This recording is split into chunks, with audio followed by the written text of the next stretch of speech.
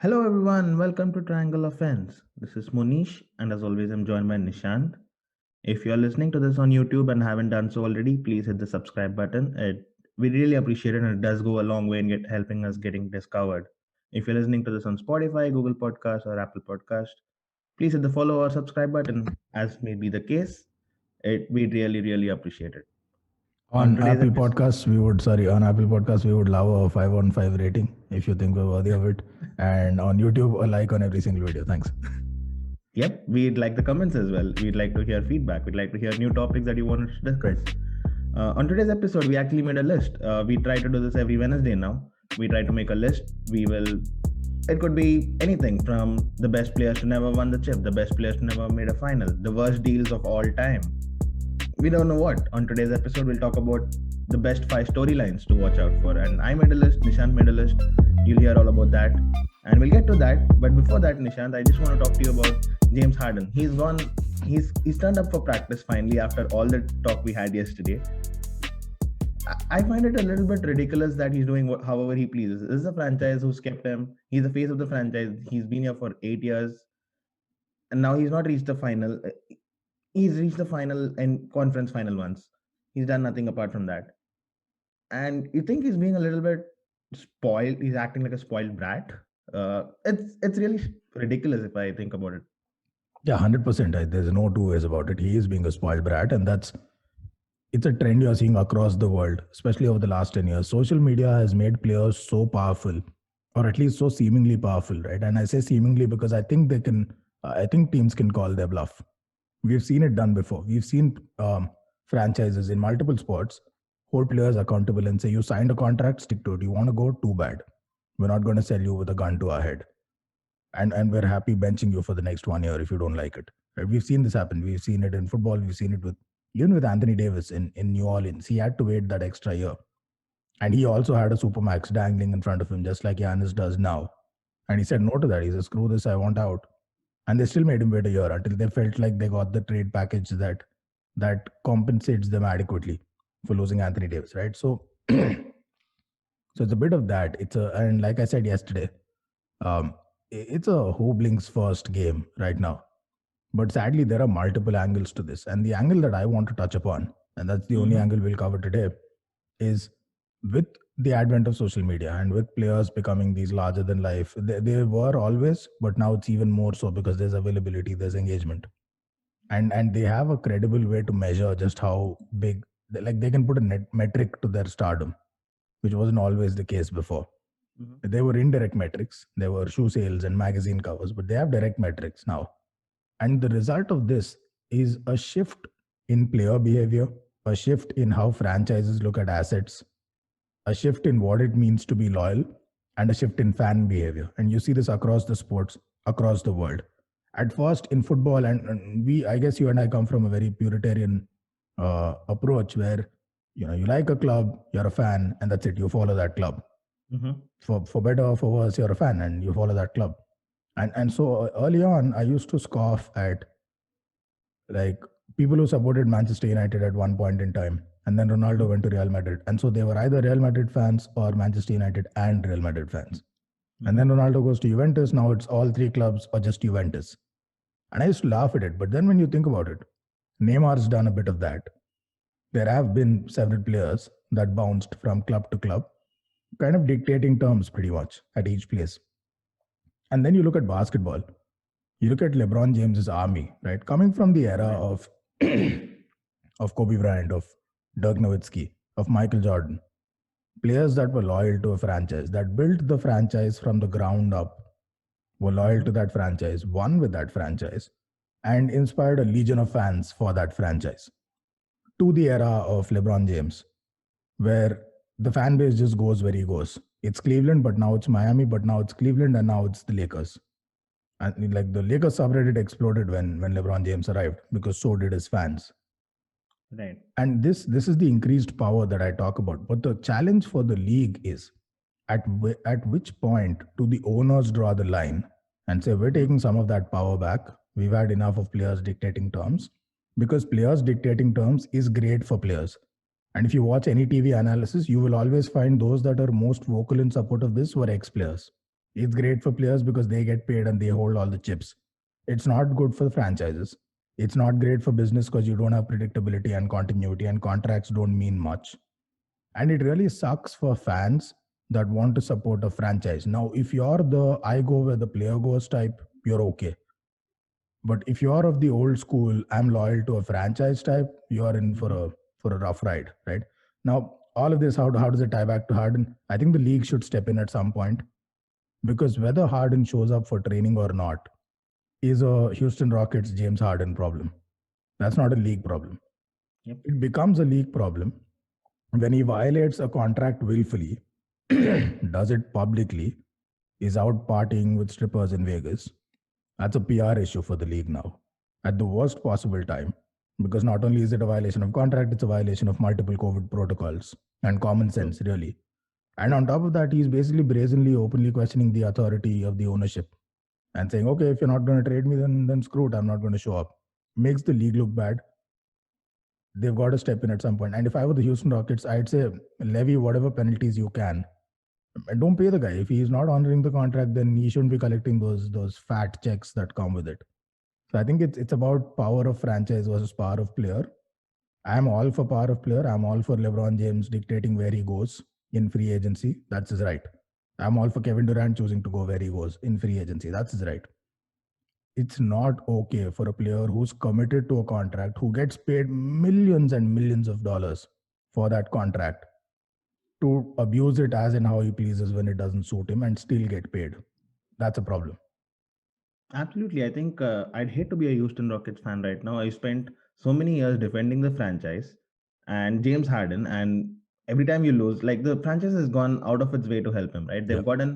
They got in star after star, Dwight Howard, Chris Paul. Then he had a fallout with Chris Paul. They got in his best buddy Russell Westbrook for their entire future Yeah. in return. Right. Russell Westbrook stayed a year and then he wanted out, and now James Harden wants out along with him. So the franchise has done pretty much everything to keep him there and pretty much done everything to honor his talent and ability and help him win a chip and help themselves win a chip. But Yeah. when he doesn't, I mean, he's making a mockery of this whole contract. He's taking 40 million plus a year, and then doesn't turn up for practice, doesn't Yeah. honor his contract. It sounds a little bit ridiculous. And right, I think Rocket should fine him. The league should step in and fine him if required or do whatever. But yeah, it's going to be fun the next few weeks until he gets traded out. And it's an interesting time for the league also. A couple of small points in here. It's an interesting time for the league because it's not just James Harden. For me, what Kyrie is doing, that's a violation of contract, because they're required as per the collective bargaining agreement to ensure a certain level of media availability. Right. And so you can't turn into like this, like a Donald Trump Antifa version of a player where you say all media is evil and I'm not going to give my time to them. Without the media, your entire ecosystem is worth nothing. Podcasts and analysts and sports shows and all of this. And without that, your brand takes a huge hit.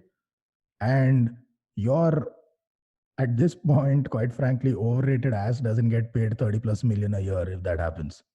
And it's incredibly stupid to not realize the power of that. And for me, that's a violation of contract, and he should be fined as well. So the league has a very interesting situation where do they step in, do they not? And this will be a precursor to all the violations of protocol, COVID protocol, that I'm sure are going to occur. So the league has a strenuous year ahead. With Harden, you're absolutely right. And if he leaves now, he's basically leaving Houston Rockets bare. He's leaving the cupboard bare. They don't have picks. They don't have players. He's made sure of that. Right down to trading away Clint Capella just to help him win. And now he just wants to bail, leaving the franchise, high and dry. And even then, I believe the Houston Rockets are being incredibly nice to the point of probably ass kissing by saying they'll consider a trade. And the only thing that they ask in return is that they get fair value. At least let us get compensated for you, and forget all the picks that we lost because you wanted your best friend here. And if he's not willing to cooperate with that, it just paints a bad picture. True. It's going to be an exciting few weeks, like I said. On similar notes, actually, is what Giannis doing fair? Because he's waiting till the 21st of December. He has until 21st of December to sign his contract or not sign his contract.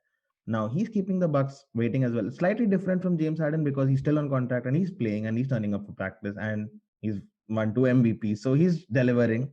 But is that fair as well to keep Bucks waiting without having an answer because they're left in a limbo as well, right? Do we sign him? Is he sign? Does he sign for us? Should we look at someone else? Whom should we be looking at? But Questions like that's that that's is. but that's their honestly that's their headache. Because Mhm. with Giannis, first of all, even if he doesn't sign a contract, he's still on a contract. Right. Much like James Harden. And Giannis, he's been nothing but professional. He's shown up. He's been there for media availability. He's there at training day in, day out. Two back-to-back MVPs. He's done everything that he can. And him choosing not to sign the Supermax, that's a personal choice.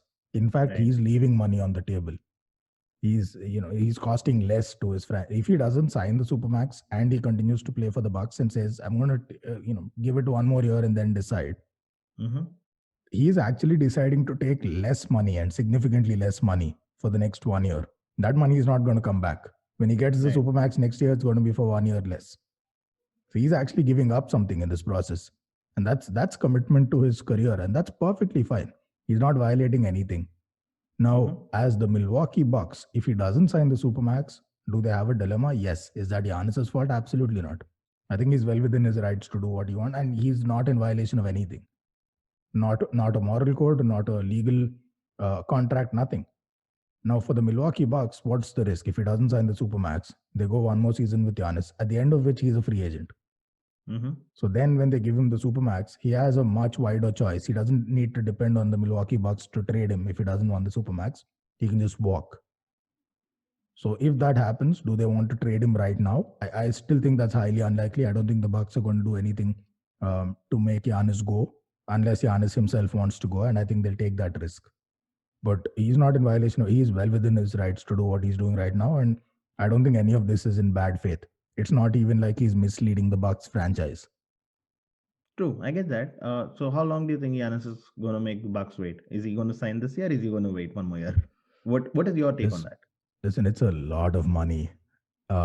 It's a lot of money. So Giannis choosing not to sign that must better mean he has a plan. Mm-hmm. It probably will mean he has a plan.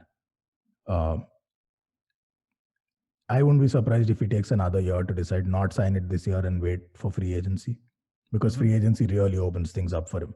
And it's Giannis, wherever you go, he's going to get paid. It's not like if he lets this go, he's going to get a veteran minimum at some other club. He's going to get paid. He won't get Supermax money, but he's going to get paid. Now, if his plan is to do that, because if he signs that Supermax, he gets that money, but he becomes that much more difficult to trade. And he'll look really bad if he asks for a trade after signing a Supermax this year or the next. So then he's like, if you are Giannis right now, the best thing for you is play another year. You're already on a pretty good contract. Play another year, right? If you don't want to commit, and then keep your options open, because then you have another Supermax for 4 years coming to you. Mm-hmm. And if you like it, take it. Or you can walk to any one of 5, 6, 7 clubs that I'm sure would get ready to land Giannis if he doesn't sign the Supermax right now. If he stays in Milwaukee, great. If he moves, wouldn't it be mouthwatering to see him on the Mavs or one of those teams? Right. Another one of those old school kind of players. If he decides to stay, that is, you mentioned Michael Jordan, you mentioned Kobe Bryant, one of those kinds, if he decides to stay. And hopeful that he can win something at Milwaukee if he does stay. Speaking of old school, even back in those days, Kareem walked out on the Bucks. So there is precedent in every era for the Bucks to have suffered. Totally. Let's get to a list, because before we run out of time by doing this, let's get to a list. A list of the top 5 timelines to look, or storylines to look forward to this season. So my list on fifth place. In fifth place, I had Zion Williamson versus Ja Morant, purely because the NBA has pushed Zion Williamson to be the face of the league. Pretty much, right? They had him in the opening day of the season last season. They had him on the Christmas Day matchups. They had him on the opening day of the bubble. He didn't turn up for 2 of them. That's different. But he just played 22 games. He was injured for most of the time. Meanwhile, Ja Morant was almost leading the Memphis Grizzlies. He almost took them to the brink of the playoffs. He just missed them by what? One game. He made it a play-in game and he lost. Right? So is NBA right in pushing Zion Williamson? I think so. But can he live up to the hype? That is something that I'm looking forward to see. But Ja Morant has definitely lived up to the little hype that he had. And he's proven to be the star. He won the rookie of the season last season. So That's a storyline that I'm looking forward to. The clash of the sophomores, Yeah. and let's see who comes out better in this duel. So that's the number 5 pick I had with me. Number 4, I actually had Donovan Mitchell versus Jamal Murray. Now, both these guys really blew up Yeah. The in the bubble. postseason against each other. Both of them posted 50-point games. Both of them had over 50% 3-point shooting. It was a classic postseason game. It went up to the 7th game. Yeah. They averaged around 35 points, 5 rebounds, 4 assists. Incredible rivalry. Both youngsters, both have a great future to look forward to. I think whenever this blows up or whenever they meet each other, I think it's going to be a great Mhm. storyline. So that's what I have at number 4. Donovan Mitchell, Jamal Murray. Really looking forward to that rivalry, and it was super entertaining whenever they played against each other last season. Number 3 is actually very funny. I have the Morris brothers against each other. Uh, Markieff Morris at the Lakers, Marcus Morris at the Clippers, both at LA. Both, when they started off their career, they were drafted one after the other, and they had pretty much similar timelines, right? And Yeah. it's very interesting to see how this will go, because Markieff won this battle, if I can call it that, last year when the Lakers won the title. Marcus, on the other hand, just Got blew paid. out. He got paid He though. he got paid, but he got a little bit of bad reputation. He had a fight with Luka Doncic, and Yeah. then the Yeah. whole Instagram thing. Uh, then they blew the whole lead against Denver Nuggets. Made them kind of look like fools. But Right. I think Markieff Morris actually did a pretty good job coming on from the bench, and then Oh, terrific. Yeah. yeah, he was terrific. He scored around 40% from three and got those important 10, 12 points whenever Yeah. needed. And I think that was super important in Lakers progressing to the finals and even winning it at the end. Mhm. So that was my number 3. So I had that is number 3. Number 2 actually had Giannis versus Jimmy Butler. Again, they went against each other in the postseason. I think Butler came out higher in the 4 games that Yeah. Giannis played. The fourth one was pretty much he played for 10 minutes, 11 minutes, but Mhm. Butler outscored him in 2. And you don't really outscore Giannis all the time, right? And he put a stop on Giannis. He was great. On the other hand, Giannis was not defending Butler, if you remember. They left it up to Middleton, they left it up to Bledsoe, and Giannis was not the guy who was defending Butler. And Butler really went off. He was the leader of the team, like we expected Giannis to be. He scored 40 in a game, he scored 33 odd in a game. So that battle was super important, super terrific. And I think Butler leading Miami to a convincing victory over Bucks in that playoff series. I think that was great, and I think Giannis will not forget that. So whenever these two meet up the next time, I think it's going to be an interesting battle. So That's probably Giannis was something Giannis looks forward to, especially in the postseason. Like regular season, who cares? Bucks are going to win it and nobody give a right. damn, right? But postseason, that's probably something he look forward to this time around, and it made sense that he didn't defend Butler, because that would mean Giannis would have to live most of his time on the perimeter and start moving in and leave the paint. Makes no sense. But he'd love Right. it this season because now they have Jrue Holiday to take Jimmy Butler, and he can absolutely defend Jimmy Butler. Leaving Giannis to deal with Bam in his sleep, I would expect. Absolutely. I think that's going to be a great battle, and Giannis to live up to his hype in the postseason, right? That's yet to happen. I know he made Yeah. the conference finals once, but that's not enough for a two-time True. MVP and a True. defensive player of the year now. So Mhm. I think looking at Giannis's growth, if anything is left, versus Jimmy Butler's hype, and can he live up to that name that he's built for himself in the last postseason? Mhm. That was my second spot. The top of my list, I actually had two players who haven't played much last season. In fact, Kevin Durant didn't play at all, and Steph Curry played like 4 or 5 games. Yeah. Both of them were at the Warriors, dominating the league, winning chip after chip. And Steph Curry went off due to injury. Kevin Durant got injured in that finals, actually, in Game 5 against Toronto Raptors. Until Yeah. then, he was going lights out. He was shooting 45%, 44% from three. He was averaging 27, 7, 4, one block, one steal. He was doing pretty much everything. Yep. And it was actually a kind of a debate. Was he the player in the Warriors? He was the main player, or was it Steph Curry? But Kevin Durant was unhappy at the end of it. They lost the season. He went off. He went to Brooklyn Nets. Didn't play a single game there last season due to injury. Yeah. Steph Curry didn't have Klay Thompson or Kevin Durant last season. He didn't play either. He just played 4 or 5 games, and now he doesn't have Klay Thompson again. So Can he lead that Warriors to a postseason? To the postseason, can he lead them to a run that might bring them back to their great heights from a few years Right. back? Right. And what can Kevin Durant do? Everyone knows that he's a great player. He has Kyrie Irving to manage, and he has his own body to manage. So I'm really interested to see how these Yeah, two I agree. legends of the game come back and have a comeback season. So Mm. those were my top five. I have to repeat it: Zion versus Morant, Mitchell versus Murray. I had Marcus versus Markeef, that Morris battle, Yeah. Giannis versus Butler, and KD versus Steph. So those were my top five. What do you have? I have a very alt approach to the top five. I'm looking It's forward to not it. going to be it's not going to be very conventional, but I'm going to rifle through this because I really feel like this is best done at my usual rant pace, right? Right at the Yep. top of my list. I'm going to list out the list and then I'm going to elaborate, right? Right. 5, 4, 3, 2, 1, let's go. Paul George versus his image crisis. That's right at the top for me. Kyrie Irving versus common sense. That's the second thing I want to talk about. Adam Silver versus player indiscipline and the larger league versus superstar battle that's going on. Mm-hmm. I want to do a three-way battle. I have Kevin Durant, but I'm not really looking at the Kevin Durant Steph Curry angle. I'm actually looking at KD versus Giannis versus Jokic. Which form of 7-footer is the best form of 7-footer in the modern game? Mm-hmm. And Okay. then right at the top, I'm looking at the next gen point guard battle because point guard is one of the positions that has evolved the most over the years. You can argue the 4 and the 5 because now all of them shoot threes, but the point guard is really what fueled that evolution with Steph Curry and Kyrie and all these guys who who essentially took what was like a floor general passers game and just turned it into face of the franchise lead scorer game, which was few and far between before that. Like Magic Johnson being the biggest aberration to that rule. So this is my top five, right? Right at the top. Paul George against his image crisis. And he really has an image crisis now. This is Right. one of the best two-way players in the game. This was a guy who was a rising superstar in Indiana.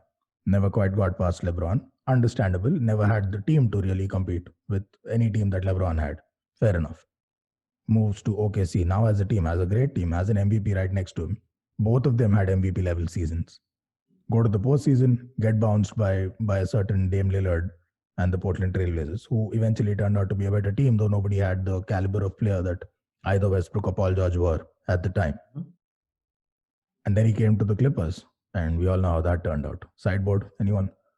In all of this, it's never Paul George's fault, or at least that's how he comes off. Whenever he speaks, maybe he means something else, but it always comes off as somebody who shrinks in the big moment and then makes excuses for it.